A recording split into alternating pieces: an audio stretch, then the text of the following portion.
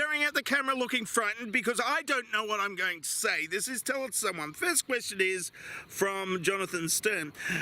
Why does light cranberry juice taste better than regular cranberry juice? Of course, I have tasted both light and regular cranberry juice in the past, but I have only tasted them mixed with various substances like pineapple juice and lime and maybe a dash of vodka or something. And then I was too drunk to actually note it down what I was feeling. Anyway, drink the light one because the regular one, that makes you regular. And I mean, if you're already regular, you don't really need it. And what it's a diuretic? I thought, what does it say regular then? Next question is from F. If a bird and a half like an egg and a half, how many dimes would it take to build a bridge? Well, a dime is, of course, about that big, and you use it to pay for stuff. Apparently, I don't know. I'm not a numismatist. Anyway, I'd say 6 because of reasons.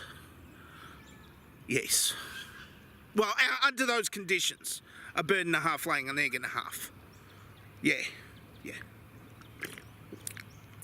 The Great Fish asks, look, I saw the guy with the fishing rod in your last video. I need a job. How much do you pay your extras, and can I get a job, please? Well, of course, as I would have said last time I shot this video twice,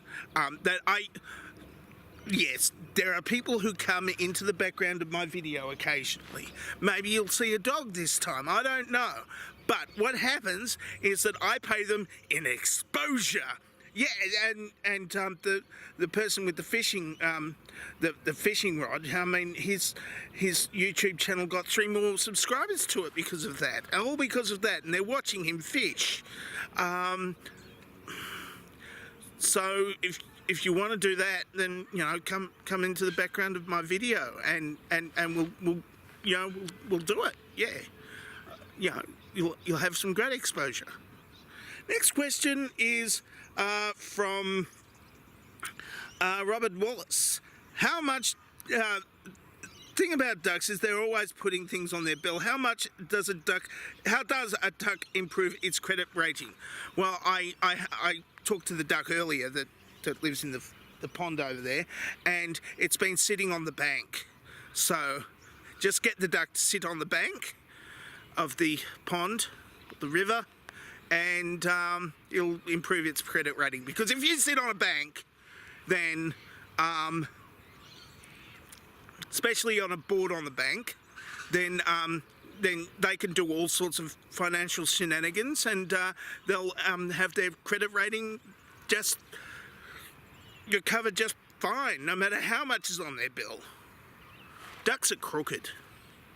Next question is from Robert Bow. No, Joe Freddy. Here's a video question.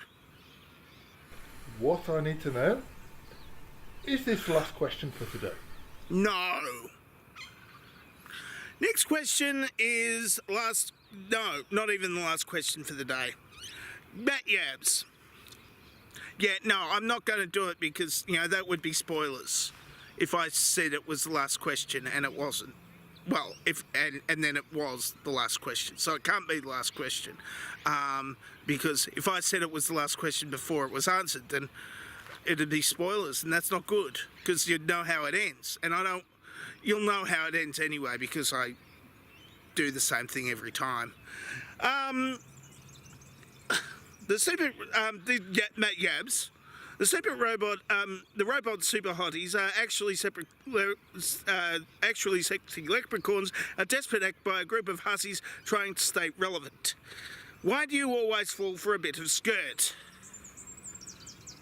It's obvious, isn't it? It's hussies in skirts. What the hell do you expect me to fall for? Hussies not wearing hussies not wearing skirts. Exactly.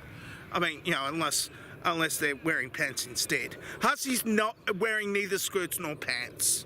That's all I'm saying. And keeping it G-rated.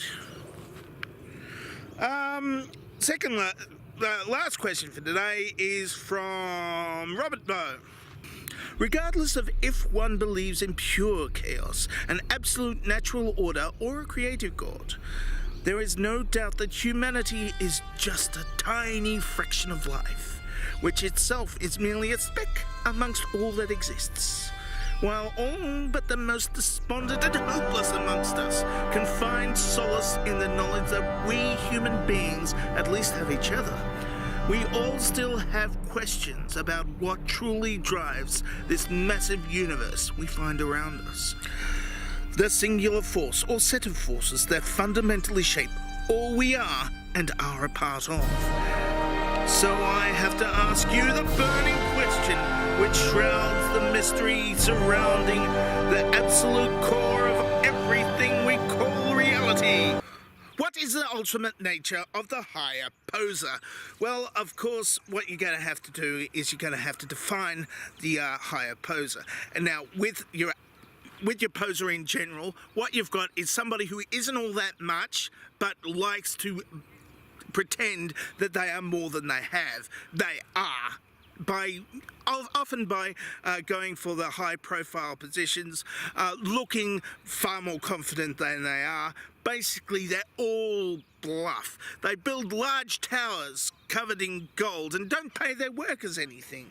Or they drive around in big-ass Lamborghinis, which are really, really uncomfortable to drive and very, very expensive. Anyway, these people are basically... They're nothing underneath the surface. They're just empty vessels who don't do much and just sponge off basically everybody, just like a duck. Anyway, so basically your average poser is basically a duck. Basically, the kind of person who sits on a bank and puts everything on the bill and then doesn't pay off the bill until never, and everybody else pays for it. I think, basically.